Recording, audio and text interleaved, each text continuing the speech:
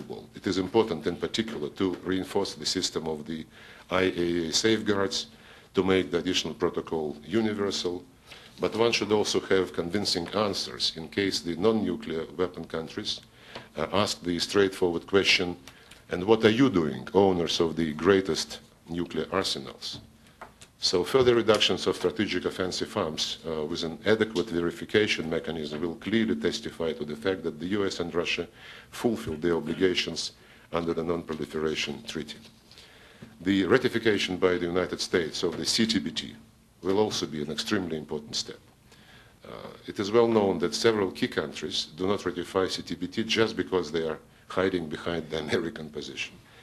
Therefore, if Washington does ratify the CTBT, there really would be something to present to the demanding view of the non-aligned movement at the NPT review conference next spring.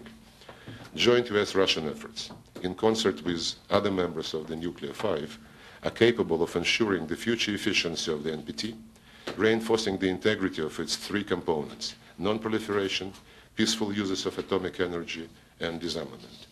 And of course, one should never forget that the proliferation of nuclear weapons doesn't happen in a vacuum, but as a logical consequence of the lack of confidence of certain states in their security.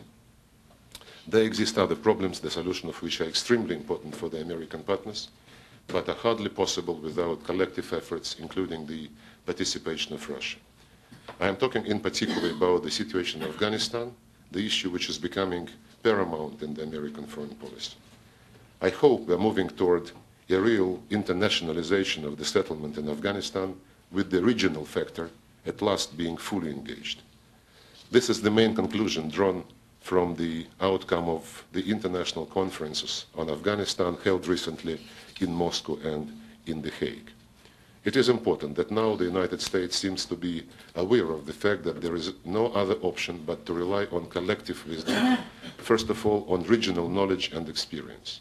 Both our countries are interested in the earliest normalization of the situation in Afghanistan, in establishing a lasting peace there and in the region.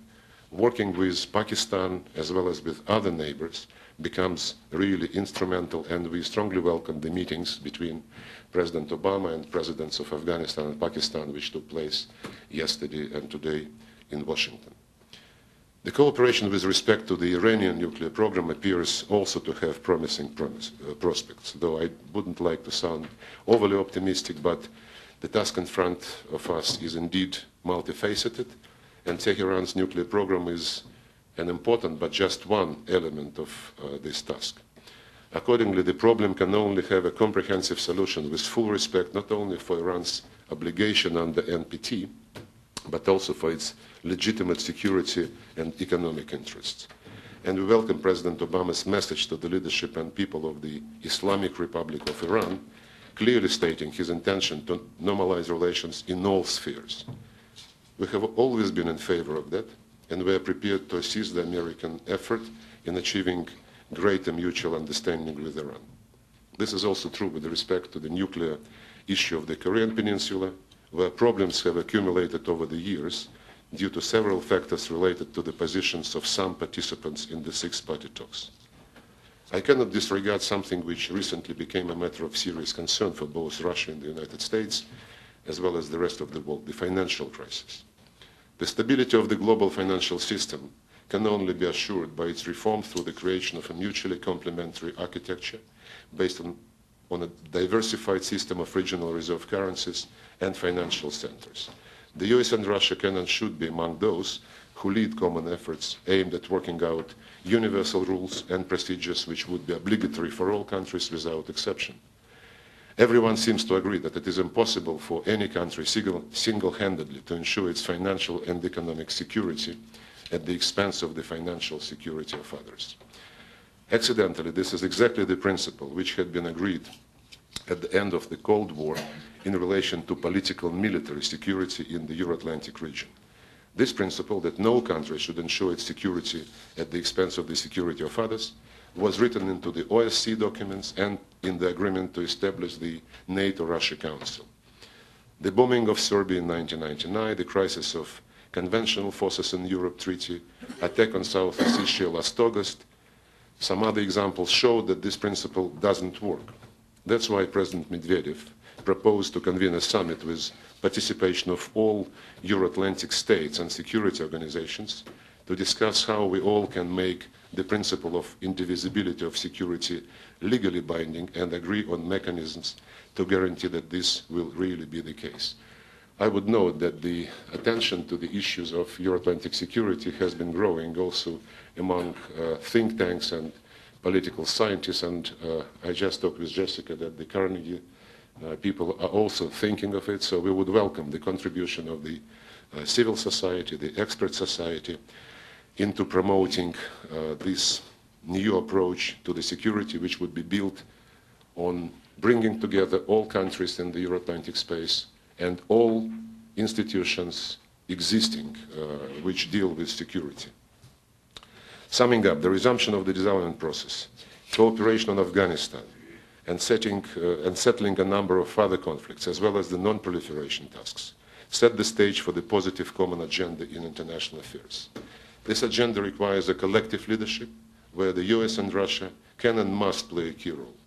As President Medvedev wrote in his above-mentioned article, the situation calls for a desire and ability to bring to a common denominator the interests of the entire international community of all major groups of states. I think the very developments of the recent time create the conditions for a consensus policies based on intellectual convergence among all principal actors, including, of course, between Moscow and Washington. The Caucasus crisis and the global financial and economic crisis sum up in a certain sense the 20-year period after the downfall of the Berlin Wall and the demise of the Soviet Union. They define the limits of what is possible for the policy of inertia pursued all these years, including, among other things, the political and psychological inertia of containing Russia. We know now where the notorious triumphalism and the belief in the victory of the Western world revolution can lead. We all have become wiser. Look, both us in the Soviet period and you in the United States in the recent 20 or 30 years have conducted experiments with social and economic development according to the models taken in their pure and extreme form, socialism and liberal capitalism. Having been in terms of their ideological purity reduced to absurdity, both of them, each in its time, proved their insolvency. It is clear now that what we need is something in between, something well-balanced, something not so categorical and not so uncompromising. Besides, in the economic development proper, a paradigm shift is taking place, apparently back to socially oriented economy and sustainable development, the ideas which require an increased role of national states and which have been moved to the back burner of world politics because the Cold War has ended, incredible as it may seem.